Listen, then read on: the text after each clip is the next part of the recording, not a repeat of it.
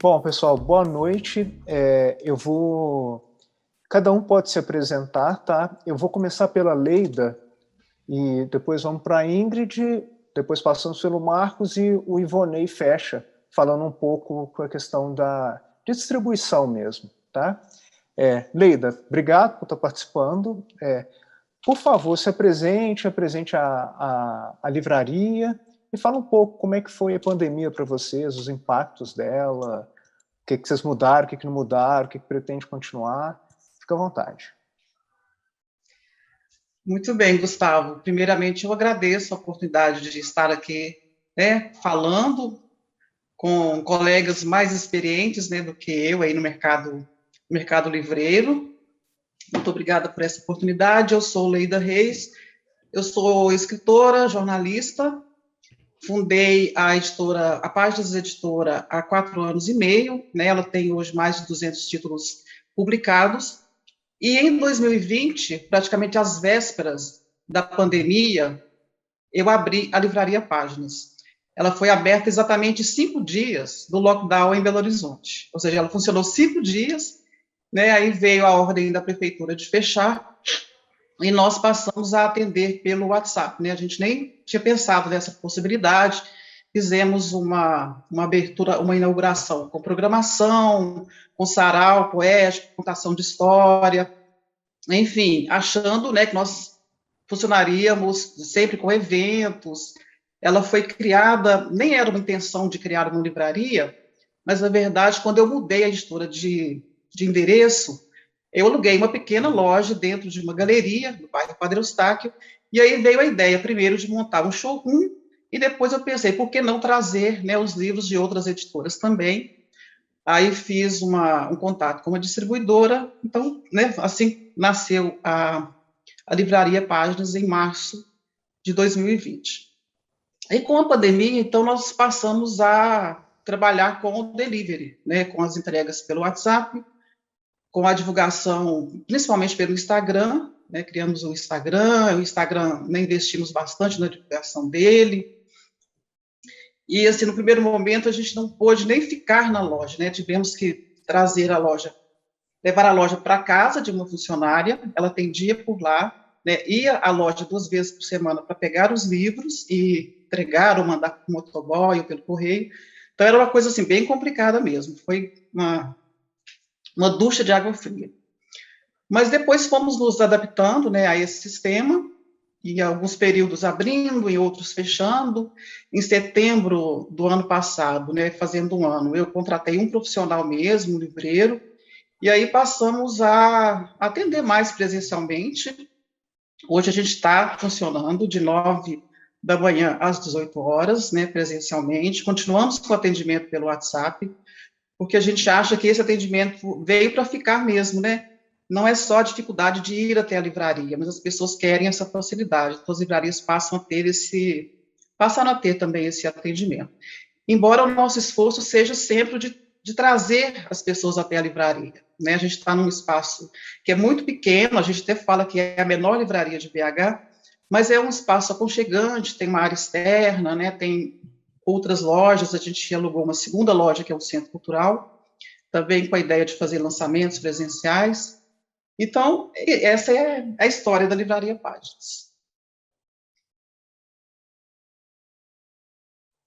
Alguma coisa que vocês fizeram durante a pandemia que continua e vai continuar? Esse atendimento pelo WhatsApp é o principal, Esse atendimento delivery. A gente vai continuar, não tem como parar, como eu falei, pela facilidade, que as pessoas hoje querem receber mesmo o livro em casa, porque, pela dificuldade de deslocamento, o tempo que gastam e tudo, mas a gente pretende voltar mais com os lançamentos presenciais, com os eventos. Já estamos recomeçando com esses eventos, já fizemos. Durante esse período, nós chegamos a fazer uns 3 lançamentos presenciais, naqueles momentos em que era possível, né, assim, que os índices de Covid tinham diminuído um pouco em Belo Horizonte, chegamos a fazer com medidas de segurança, com restrição de público. Agora, recentemente, fizemos 2 desses lançamentos e pretendemos fazer outros.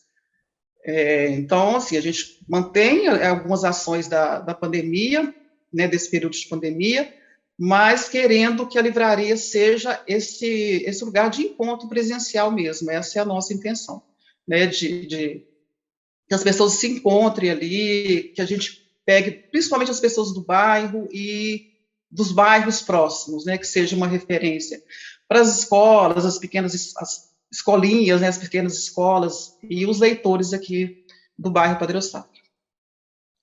A Páginas pretende abrir um site, assim, para a livraria propriamente dito, ou não quer ter essa concorrência? O que você pensa nesse sentido? Marketplace?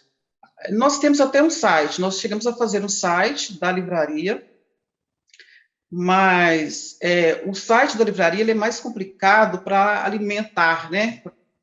Porque são muitos livros, a gente pega na distribuidora de 1 a 2 vezes por mês, as novidades, né, das grandes editoras, então alimentar esse site é um desafio. A gente pretende sim, a gente pretende chegar, por isso a gente nem divulga muito o site, embora ele esteja lá, inclusive com as fotos da inauguração, e com alguns livros que são livros mais procurados mesmo, que a gente sabe que estarão, né, na livraria o tempo todo.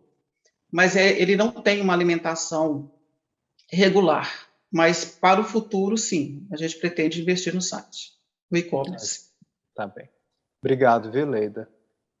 Eu que Ingrid, agradeço. vamos lá. Fechou tudo e fechou o cinema. E agora? Se apresente, por favor. Olá, obrigada pelo convite. Fechou tudo. Fechou o cinema e aí reformou o cinema. A gente ficou 17 meses. Então, esse período eu estava escutando a Leida falar, e esse período todo que ela teve algumas, né, que Belo Horizonte abriu, fechou, a gente ficou nesse processo, né? Ficamos fechados. Eu sou Ingrid, sou livreira, sou publicitária, eu sou livreira há mais de 15 anos. Atualmente eu sou livreira aqui no Belas Artes, mas essa livraria já esteve em outros locais, sempre em locais culturais aqui da cidade, então passamos pelo cinema do Usina, pelo Palácio das Artes. Aqui no Belas a gente está há 12 anos. E essa livraria se interessa assim, verdadeiramente pelo livro como um objeto de cultura. E ficar fechado foi extremamente duro durante esse período, né? Não só a livraria, como toda a cultura do nosso país e do mundo, né? Que passa por um processo, estamos passando ainda, né? Por um processo inimaginável. Estou até aqui de máscara, gente, na livraria. Não reparem, estou aqui com a livraria ao fundo. Mas, durante esse período, você perguntou para a Leida a respeito do site, a gente estava até conversando, né, Gustavo? A gente já estava pensando em migrar, em passar e ter mais uma frente né, através de um site. E antes da pandemia, isso já estava em processo, porque a gente já queria... Existem alguns projetos aqui na livraria, de encontros, geralmente. A gente tem um clube de leitura que funciona há mais de 9 anos. E a gente queria transformar esse site, além de um e-commerce, porque não era do nosso interesse simplesmente fazer a venda do livro pela internet, porque a gente entende que para uma pequena livraria talvez seria até desmotivador, né? Pensando em grandes redes que já estão na internet. Mas a gente queria transformar em mais uma frente da livraria, com possibilidade de fórum, de blog, de alimentar conteúdos relacionados aos livros, aos autores, e fomentar tudo isso que a gente faz e que acontece aqui de maneira mais cultural nesse site. No entanto, quando veio a pandemia, a gente viu que não daria para poder colocar isso no ar, assim, dessa maneira.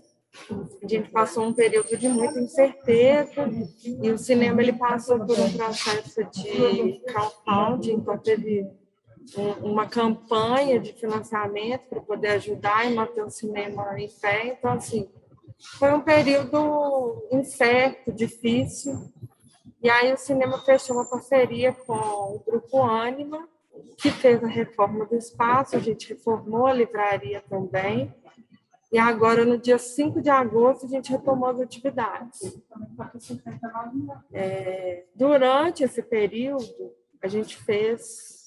foi possível a gente já transformou o nosso clube de leitura num clube virtual. Foi uma experiência assim, muito positiva, foi incrível, porque a gente teve a possibilidade de receber autores e pessoas do Brasil inteiro. Então, abriu o nosso leque de possibilidades e ampliou o nosso clube. E mesmo a gente agora presencial, o clube ainda está de maneira online. Muitas pessoas querem retornar, mas muita gente ainda na insegurança, né? Sem saber como é que está exatamente, ainda nem todo mundo vacinado. Então, para o ano que vem, a gente está pensando em transformar esse clube num presencial e virtual. Então, assim, isso foi um ponto assim, né, de aprendizado que a pandemia nos trouxe. Nesse período, a gente fez a venda dos livros também de forma pelo WhatsApp, pelo direct, investimos no Instagram, assim, verdadeiramente. Começamos a produzir conteúdos diários e colocamos para frente alguns projetos também. Por exemplo, eu particularmente fiquei ainda estou incomodada com a questão das bibliotecas fechadas, né? Muita gente ainda está sem acesso aos livros. Então, a gente proporciona uma troca de livros através da curadoria da livraria. Então, as pessoas enviavam os livros aqui para a livraria, com uma justificativa da importância daquele livro na vida da pessoa, né? Aquele livro que a gente lê e fala assim, não, eu queria muito que outra pessoa lesse também. Então, a gente fez um formulário e tal, propomos uma curadoria e a gente entregou de uma forma muito efetiva esse livro para outras pessoas, para poder fazer uma troca de livros, já que as pessoas estavam, né, sem o acesso. Isso foi um projeto que nos motivou, que aconteceu durante a pandemia. O que mais? A venda online, o Instagram, o clube de leitura. Acho que foi por aí, foi nesse caminho aí que a gente trilhou durante esse período. E uma pergunta, até que para as duas, assim, para você e para a Leida. O grande player Amazon na internet atrapalhou as lojas de vocês, assim, especificamente, ou já vem nessa construção e foi tranquilo?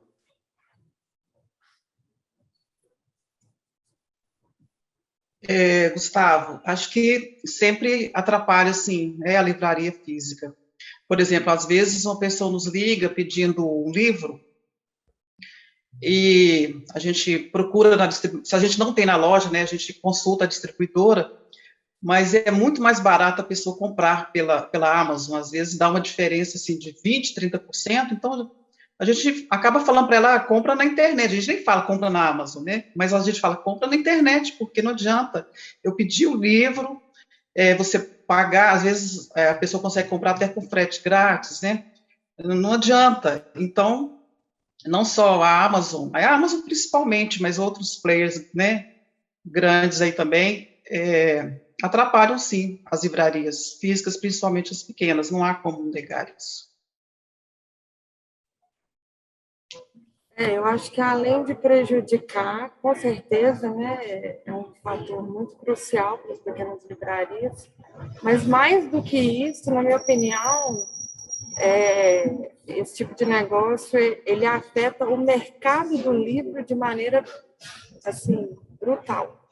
Não só as livrarias, como as editoras, os leitores, porque é como se as pessoas que conhecem o que está acontecendo, elas sabem, é como se a gente estivesse chegando num abismo e continuasse caminhando, né? Então, assim, as práticas e as políticas que são exercidas, elas afunilam o nosso mercado de uma maneira inteira, não só as livrarias. Eu queria só complementar, Ingrid, que aí eu falei da questão do preço, mas aí afeta também a questão da própria cultura, né? Porque se a pessoa deixa de ir à livraria, né? Deixa de participar, por exemplo, de um clube do livro aí, na livraria do Belas, né? Deixa de conhecer uma livraria presencialmente, de conhecer outros livros, de participar de eventos, porque não é só comprar o livro, né? A gente quer oferecer mais do que isso. Você falou bem aí da questão da preocupação com o livro enquanto objeto de arte, de cultura, e isso não é oferecido, né, por uma grande loja como a Amazon. Isso acaba afetando os autores, os ilustradores, os editores. Sim, e toda a cadeia. Que nesse primeiro momento compra de forma muito atrativa, mas o que está, né, as políticas que são exercidas, enfim, isso é para mais de metro, Gustavo. Que eu acho que a gente tem que conversar sempre, assim, as pessoas Sim. têm que tomar conhecimento do que acontece, né? Sim. Mas sim, Leida, a gente acredita verdadeiramente que através desse atravessamento dos livros na livraria, as pessoas vão encontrar novos títulos, vão ampliar suas bagagens de leitura, vão fazer trocas interessantes e essa é a nossa identidade aqui na Livraria do Belas.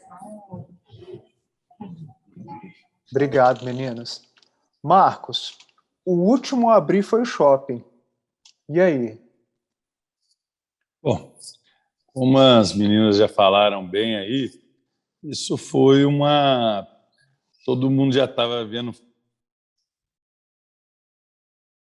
falar dessa pandemia, mas não acredita do tempo, né?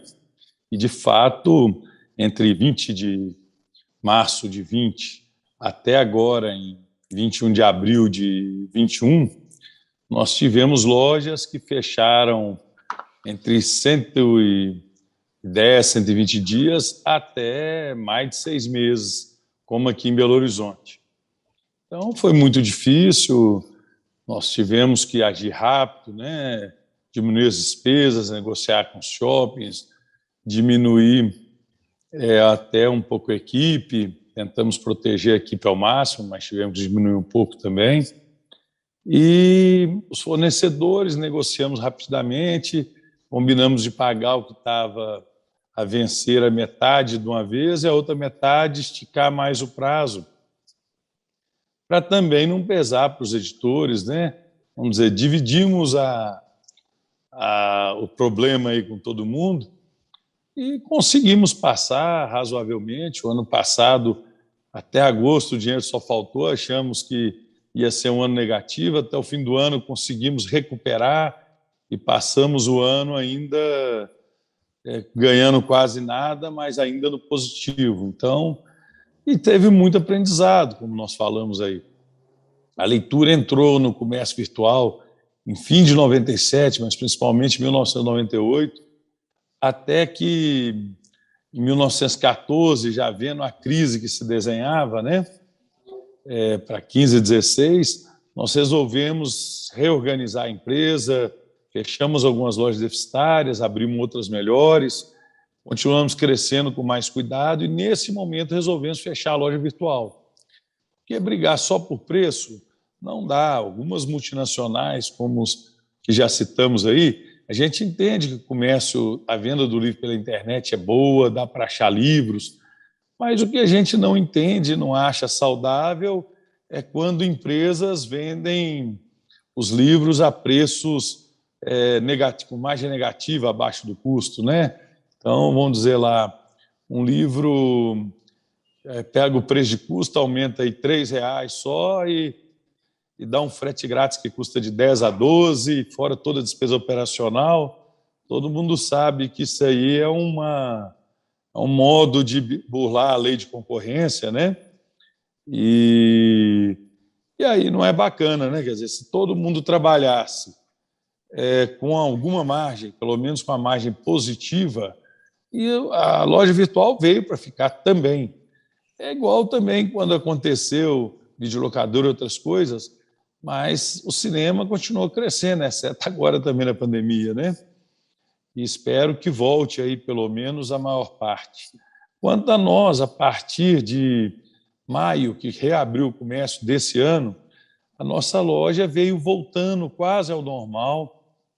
Em julho, agosto, setembro, a gente já está vendendo nos níveis muito parecidos com antes da pandemia, com exceção de algumas lojas de rodoviária, aeroportos, que ainda tem que voltar aos voos, alguma loja do centro que pode ter sofrido mais por causa do home office, né? O caso da Ingrid, com o cinema voltando também, só agora parcialmente, claro que ainda é mais complicado, mas, em geral, nós já estamos voltando quase aos mesmos níveis. Ainda está um pouco abaixo, mas já vimos que vai haver recuperação, já está havendo nas cidades que abriram um pouco antes, já está totalmente normalizado. O livro escolar ainda nem tanto, porque ainda tem muitos alunos estudando de casa, né? E aí é claro que não tem a mesma cobrança pelos livros e as provas, né? Enquanto está com aula virtual, online, ainda voltou parcialmente, vamos dizer assim. Mas a gente está acreditando que o ramo vai voltar. O livro já reagiu bastante, né? A gente vê os números da Nielsen, esse ano está na frente do ano passado. Claro que no ano passado houve essa queda importante. No caso da leitura, nós caímos mais de 30% no faturamento das mesmas lojas. Este ano já recuperamos boa parte, mas ainda não vamos fechar o ano nas mesmas lojas crescendo, porque até abril ainda teve muito fechamento e problemas, né? Mas com isso a gente cresceu em outras coisas. Nós tínhamos voltado com a loja virtual em 2019, e aí trabalhamos ela bem, cresceu bastante, entramos também em alguns marketplaces, e a leitura hoje tem uma venda bastante consistente, pegam mais rápidos da sua cidade, ou às vezes até busca sem frete. Também crescemos muito na venda por telefone, por WhatsApp, pelo Instagram. Então, a gente está chegando com o livro, levando do jeito que o cliente preferir, como for mais fácil, né? É claro que conviver entrar numa livraria, escolher os livros, ter essa convivência, participar de eventos que estão voltando agora, é muito mais prazeroso, mas o cliente tem momentos diferentes que quer consumir de modos diferentes. Então, nós estamos acreditando. O ano passado, apesar da pandemia, nós fechamos 2 lojas, ainda abrimos 8, abrimos 10 e fechamos 2, né? Saldo de 8. Começamos com 72 lojas e acabamos com 80 lojas. Esse ano, vamos abrir cerca de 17 lojas e fechar 3. 3 lojas vão ser transferidas para um ponto melhor, né? Estamos aproveitando também os problemas para melhorar e trocar de ponto as lojas que já estavam mal antes dessa crise. Então, a gente vai continuar também melhorando, mas a crise trouxe oportunidades também, né? Todo mundo sabe aí que o grande crescimento maior foi nas lojas virtuais, né? Mas a leitura se firmou, vai terminar o ano, como eu falei, com 94 lojas e 22 unidades da federação, quer dizer, na maioria dos estados brasileiros. E como loja física, a gente se firmou bem como a principal do país, né? Estamos hoje numa boa distância para os outros players. A própria Saraiva chegou a ter mais de 100 lojas, hoje só tem 37, né? A gente vai para 94, ano que vem vamos fazer 55 anos da leitura e passar de 100 lojas. Então, a gente tem hoje uma boa distância, mesmo esse ano o faturamento recuperou, mas ainda não chegou aos níveis de 19 por causa da perda dos primeiros 4 meses. Nos últimos meses estão vendendo igual nas mesmas lojas. Com as lojas novas, já estamos crescendo desde junho, julho, agosto e setembro também. E estamos acreditando muito, apesar das dificuldades. Como eu falei, nós nunca abrimos tanta loja, vamos abrir 17, apesar de fechar 3, um saldo de 14. E por que isso? Porque teve muitas oportunidades, né?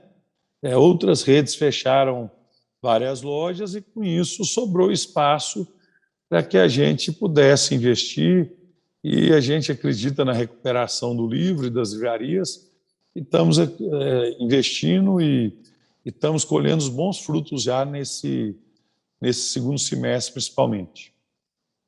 Bacana, bacana. Então, a expectativa é fechar o ano que vem com mais de 100 lojas. Sim. O site da leitura, Marcos, ele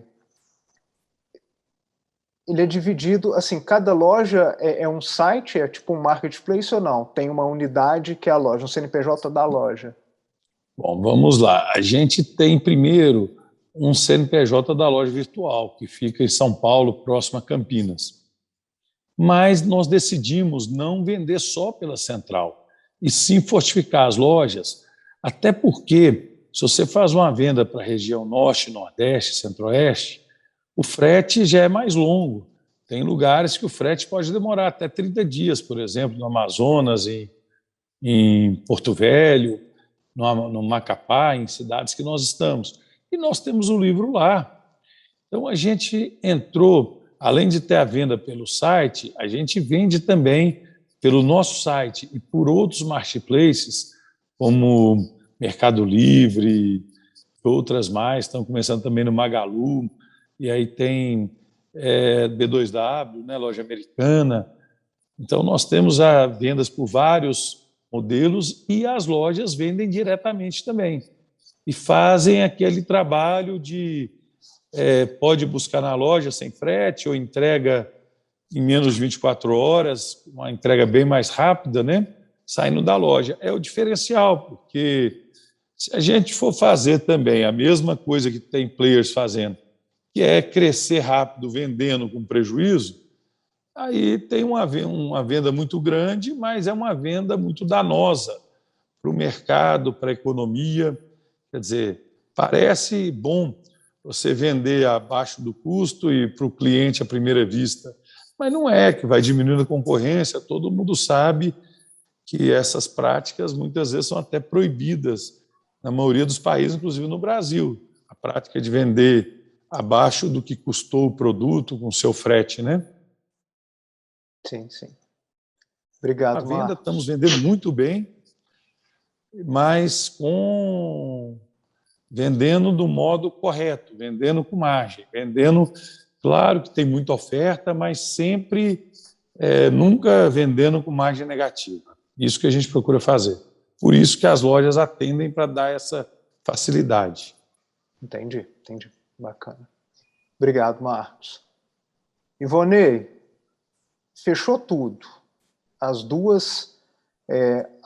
outras duas redes, fechou tudo. E as editoras, como é que a gente faz? Para onde você foi? Bom, vamos lá. Na verdade, na verdade, eu sou Ivonei, eu sou proprietário da Canal dos Livros, que é uma empresa de representação que eu montei há praticamente uns 10 anos atrás, justamente porque acho que eu vi essa dificuldade também das editoras menores estarem em alguns pontos de venda onde eu acho que seria importante para elas aumentarem as vendas delas. Então, eu saí de algumas editoras grandes e fui fazer essa parte da representação nas editoras. Eu acho que nem você falou, a gente já teve um baque quando a gente já perdeu as duas grandes redes aí, que junto com a Leitura e com a Curitiba, eu acho que era a que predominava, que te falava assim, olha, a tiragem de um livro vai de acordo com o pedido de uma Leitura, de uma Saraiva, uma Cultura ou uma Curitiba. Então foi um pouco difícil, eu acho que a gente perdeu duas e sobraram duas grandes redes que ainda hoje determinam a tiragem de uma editora. Por outro lado, eu acho que para as editoras menores, que é no meu caso, que o meu foco hoje são editoras com catálogo menor, eu acho que a princípio melhorou. Por quê? Porque a gente já vendia em poucos clientes. E por que isso? Porque uma editora pequenininha, ela lança uma quantidade de livros que ela não consegue, talvez, espalhar ele para o Brasil todo, e é um trabalho que eu nunca quis fazer. Eu acho que o trabalho de uma editora é o quê? Ela é vender onde ela acha que vai ter um resultado bacana, justamente porque o custo dela diminui, e também colocando isso em distribuidores, que o distribuidor acaba fazendo outras livrarias menores, ou onde a editora pequenininha não alcança, eu acho que ele consegue fazer. Então, a gente deixa todo mundo forte. E eu acho que nesse meio tempo começaram a surgir vários players aí fazendo marketplace, que facilitou bastante também a nossa vida. Eu acho que hoje, por exemplo, a gente está mais espalhado no Brasil todo do que antes, quando tinha várias lojas, porque hoje a gente trabalha com menos clientes, mas esses clientes eles deixam disponíveis, como o Marco já citou, em Mercado Livre, em B2W, enfim, na própria gigante do mercado hoje. Então, a gente conseguiu hoje, com editoras menores, aumentar o faturamento, com clientes que hoje pegam menos livros, mas eles direcionam justamente para as pessoas que querem comprar esse livro dessa editora menor, que é um nicho. Eu acho que a gente sempre falou isso, que as editoras grandes, elas lançam e ela tenta acertar um livro a cada 100, 200 que ela lança. A editora pequenininha não, ela lança menos, só que ela tem o autor na mão, ela sabe onde direcionar esse tipo de livro. Então, todo mundo que compra esse tipo de livro direcionado, acho que ele procura onde ele sabe que vai ter. Então, você não consegue jogar ele em qualquer lugar, em trabalhar todos os clientes do Brasil, loja física. Então, acho que as lojas que sobraram, mais os marketplaces, acho que facilitou bastante a nossa vida.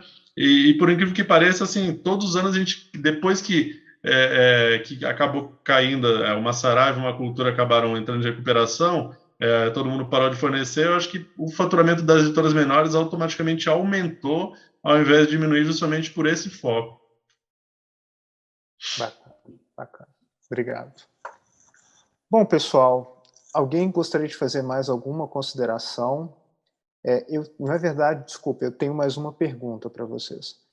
O que vocês acham do preço fixo do livro? Não precisam falar da lei, mas o que vocês acham do preço fixo? Pode... Acho que eu vou começar, então. Eu acho que já deveria ter isso há muito tempo, justamente porque eu acho que com as editoras menores, eu consigo travar um pouco a questão do desconto para alguns clientes grandes que queimariam o preço do livro, só que eu acho que editoras maiores talvez não consigam fazer isso, porque a tiragem dela é gigante e ela precisa ceder justamente para que o player consiga apostar um pouquinho mais. Eu acho que com essa lei do preço fixo, acho que ajudaria principalmente as lojas físicas, e aí pararia um pouco esse negócio de vários players queimando com margem muito pequenininha. Eu acho que, se validarem, seria o ideal justamente para o mercado, e isso fortalecia tanto a editora grande, a pequena, quanto livraria grande, livraria pequenininha. Eu acho que seria o ideal, com certeza, para o mercado, né? Bom, eu gostaria também de explicar um pouquinho para quem está nos ouvindo, por favor, o que é a lei do preço fixo, né? Ela começou na França com a Lei Lang, em 1980, foi comemorada já 40 anos da lei, com várias adaptações, e foi um sucesso.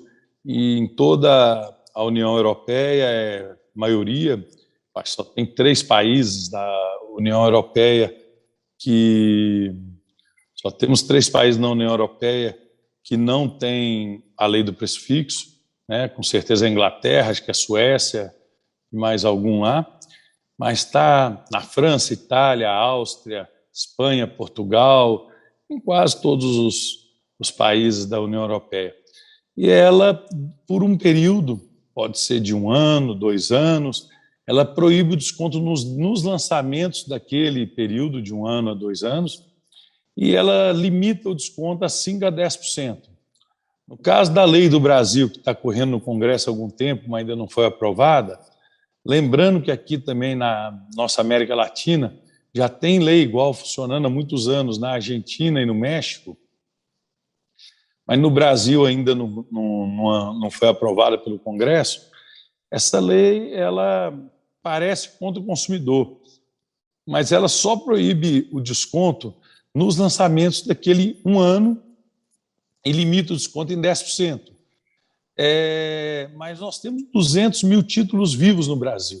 São lançados por ano cerca de 14 mil. Quer dizer que os outros 186 mil títulos podem dar desconto à vontade e também nos livros didáticos. Então, nós somos a favor da lei. Todos os países que implantaram, a gente já viu que o preço do livro subiu menos, comparando, por exemplo, o mercado da França e da Alemanha com o mercado da Inglaterra. Nesses países, o livro subiu menos durante esses anos, porque onde o preço estava livre, grandes empresas como a Amazon dão descontos grandes, depois exigem mais desconto das editoras, e isso faz com que o preço de capa do livro suba. E também as editoras têm que apostar mais só nesses best-sellers.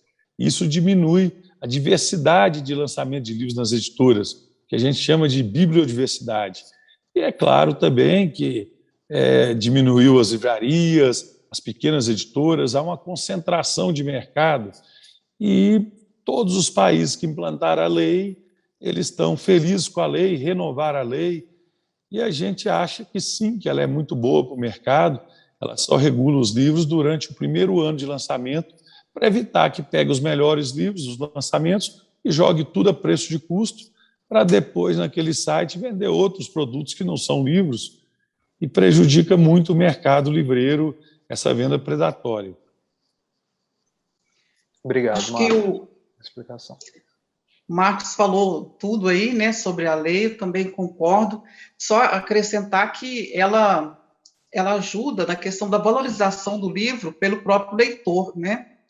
Porque o leitor não conhece o custo de um livro, né? Ele não sabe o que está envolvido, né? Desde o custo da editora, da gráfica, até os próprios direitos autorais, né? Do autor, do ilustrador, ou seja, o direito, né, de receberem sobre aquele livro. E recentemente tive um caso na minha editora, recentemente não, essa semana, na verdade, de uma autora que a gente distribuiu o livro dela e ela mandou mensagem, assim, achando estranho, porque num determinado marketplace o livro já aparecia com desconto, ou seja, né, o preço que a gente determinou, já nesse marketplace já estava com desconto. Ela falou assim, mas como assim? O preço não é esse? Eu falei, mas eu não posso fazer nada, né? É a política, né? A gente tem que submeter essa política. Então, eu acho que é importante, né? Tem, como o Marcos disse, muito tempo que essa lei está no Congresso, não é aprovada, não, as questões do livro, né, não são muito valorizadas no Congresso, infelizmente, mas ela vem para que todo mundo entenda, né, o valor do livro e respeite, né, como o Marcos ressaltou, com tantos livros aí para se dar, para a gente dar desconto, tanto as editoras quanto as livrarias, que pelo menos os lançamentos sejam respeitados, né, em seus devidos valores. Obrigado, Leila. Gente, eu concordo também, gênero, número e grau. É uma lei imprescindível, né, para regular o nosso mercado e para gerar uma lei de valor. Falar da diversidade, né, da importância das pequenas livrarias, pequenas editoras, da vastidão de livros também, que não vão ser afetados, pelo contrário, existe uma possibilidade de regular até a alta dos preços do livro, como o Marcos citou. Então, assim, eu acho que falta conhecimento e troca para que essa informação chegue para as pessoas e que tenha uma consciência para que isso seja votado e seja inserido logo, né? Concordo com tudo isso.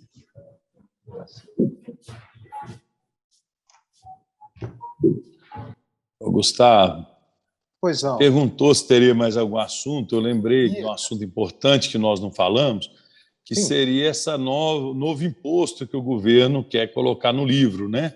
A CBS. Você permite que a gente fale sobre esse assunto? Por favor. Bom, o livro vem de imunidades de longos anos, né, dado pelo nosso Congresso, está nas nossas Constituições. Primeira vez, se eu não me engano, em 1946, o então deputado federal, o Jorge Amado, ele começou dando uma imunidade sobre o papel para impressão de livros, e isso depois se estendeu a todo o livro. E o livro ele paga impostos assim, sobre o lucro da livraria, da editora, de renda, sobre o departamento pessoal, mas não sobre a venda, né? Ele é imune na Constituição de impostos. Nos últimos anos foram criados alguns tributos com outro nome, contribuição social, que era o PIS e CONFINS, mas depois de alguns anos também o governo foi sensível à ideia que sempre houve no Brasil e no Congresso e deu também, nesse caso, uma isenção, não uma imunidade do PIS e CONFINS. E o governo atual quer mudar esse imposto, criar uma CBS e cortar essa isenção do livro, o que seria muito sério, porque um imposto de 12%, mesmo com os créditos, a gente entende que o preço, a própria editora vai ter que aumentar o preço. Tem estimativas aí que a maioria é entre 7% e 10%, mas ela tem um segundo problema muito perverso. Mesmo que a editora aumente o preço do livro e vai diminuir a venda, seria muito ruim. O preço, a margem das livrarias e dos distribuidores, ela é uma margem normalmente padronizada no mercado. Você tem aquele desconto fixo, né, sobre o preço de capa que é a editora que marca. E se esse desconto não mudar, a livraria, a editora aumentou o preço de capa, mas a margem que a livraria ganha continua a mesma. E ela vai ter esse imposto a mais. E hoje uma livraria ganha de 3%, 4% da venda. Esse imposto dentro da livraria do distribuidor deve ter um impacto maior do que o lucro que elas têm hoje. Então, seria muito ruim para o mercado. A gente acredita que... E tem que lembrar que o livro é muito pequeno em forma de arrecadação, né? Em primeiro lugar, nessa CBS, eu garanto que ele não chegaria próximo a cerca de 1% da arrecadação ou menos, com impacto devastador. E outra coisa, tem que lembrar que o maior comprador de livros do Brasil, com mais de 30% de todas as compras, é o próprio governo federal, que compra livros escolares para distribuir nas escolas públicas, né, de ensino fundamental e médio. Então, quer dizer, uma boa parte da arrecadação vai ser paga pelo próprio governo. Então, é muito problema para criar, tanto que foi feito um abaixo-assinado sem a participação dos editores e livreiros, veio dos clientes, né, da população, e foi assinado por mais de 2 milhões de pessoas em poucos meses, pedindo a continuidade e a isenção do livro se for criado esse novo imposto. E acreditamos que o nosso Congresso vai ter essa sensibilidade, como sempre teve em todas as constituições, inclusive já tem emendas na Câmara dos Deputados para que o livro não seja tributado, e tem também na Câmara um projeto, uma PEC, um projeto de emenda constitucional do senador Randolfo Rodrigues, pedindo para que o livro, que já é imune de impostos, passa a ser imune de tributos, se criarem novos tributos com outros nomes também. Esse já começou, essa PEC, com 28 assinaturas, né, dos 81 senadores, e já teve mais 6 senadores que declararam o voto também em plenário e na mídia. Então, é muito difícil de passar, mas temos que ficar, trabalhar duro, ser vigilantes. É muito importante o livro. Não é só cultura, ele é educação, né? Ele está em todas as áreas do nosso, né? Inclusive nas áreas religiosas. A gente vê também a bancada da Bíblia muito contrária a esse imposto sobre o livro, que teria uma arrecadação muito fraca para muito problema para o país. Obrigado. Eu que agradeço, Marcos. Eu acho que essa vigilância tem que vir das livrarias, editoras e da população, que é o que já aconteceu, né, com esse abaixo-assinado, porque Isso. vai ser ruim para todo mundo. E do nosso Congresso, né, que a gente tem que confiar no bom senso dos nossos legisladores. Exatamente, exatamente. Obrigado, Marcos. Alguém mais, gente? Mais alguma coisa para pontuar? Hoje o correio é o melhor modo de entregar bem e num custo razoável os livros. O pessoal tem medo dos correios serem comprados por uma empresa privada, principalmente a empresa que ela própria concorre, como uma Amazon ou outra, como Mercado Livre, B2W. Então, isso poderia ter um custo maior nessa entrega e nesses fretes. Esse é o medo do mercado, né? Agora, a gente entende que, pelo menos essa parte aí dos SEDEX, uma entrega especial com um custo, deveria ficar, né? Então, a gente pensa que tem um risco, sim, de aumentar os custos de frete sem os Correios. E mais do que isso, eu acho que o Correio ele faz um papel fundamental de democratizar a chegada do livro em todo o nosso território nacional. Então, existe uma insegurança para que a privatização dessa empresa possa restringir, regionalizar cada vez mais, já que vai passar a lidar com uma prática de mercado. Então, dessa forma, torna-se o livro cada vez mais de difícil acesso, que para todo mundo, leitores, livrarias, editores, enfim, não é nada interessante, nem para um país como o nosso.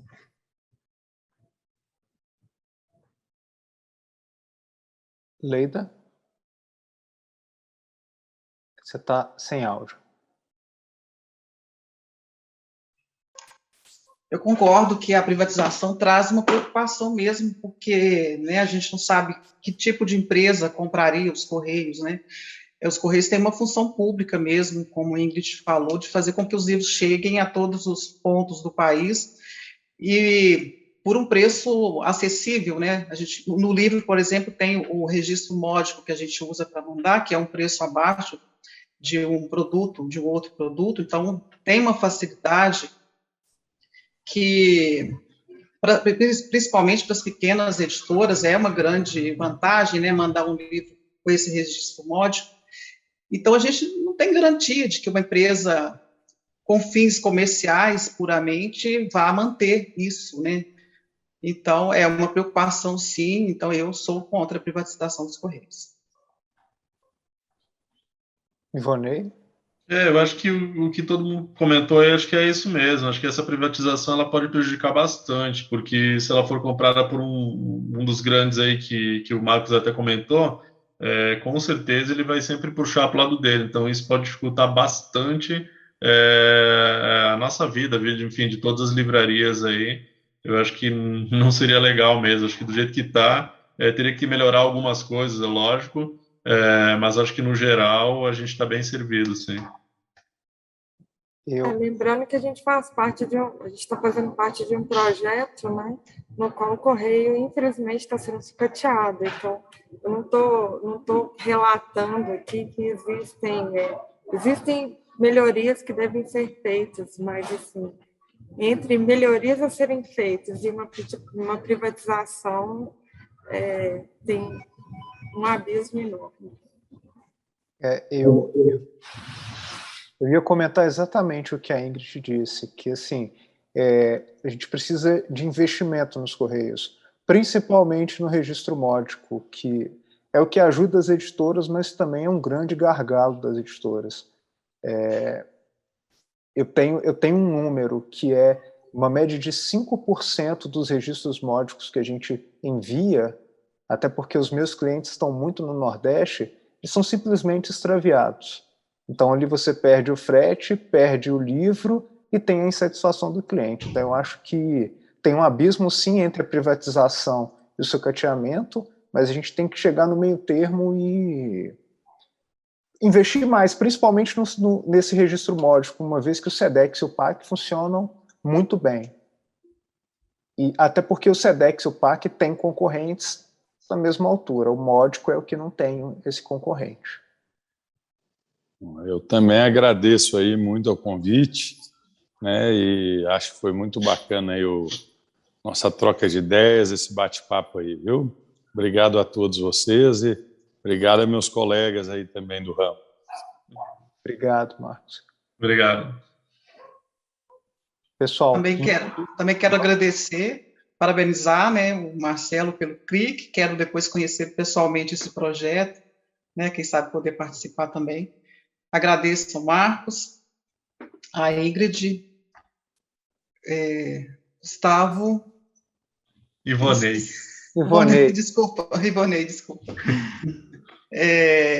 Foi muito bom conversar com vocês, né, sobre esse desafio que a gente enfrenta, né, nas livrarias, mas desafio que a gente faz com muita paixão, né, porque todo mundo aqui é, antes de tudo, apaixonado pelo livro, né, e mesmo com esses desafios todos, pelo mercado livreiro também. Agradeço demais. Também quero agradecer muito a todos vocês e falar que eu acho excelente todo tipo de troca que a gente possa, né, fazer. E olha que você vê, o Marcelo comentou que não sabia a respeito de questões que são tão presentes no nosso dia a dia, né? Se isso chegar para mais pessoas, a gente vai conseguir somar com opiniões, com assinaturas, com o apelo popular, né? E a gente só vai crescendo. Então, é sempre muito bom. Agradeço aí a todos os livreiros existentes. Valeu, gente. Tá certo. Pessoal, muito obrigado e até a próxima. Espero que a gente possa bater mais papos e, quem sabe... Obrigado a todos aí, viu? Obrigado.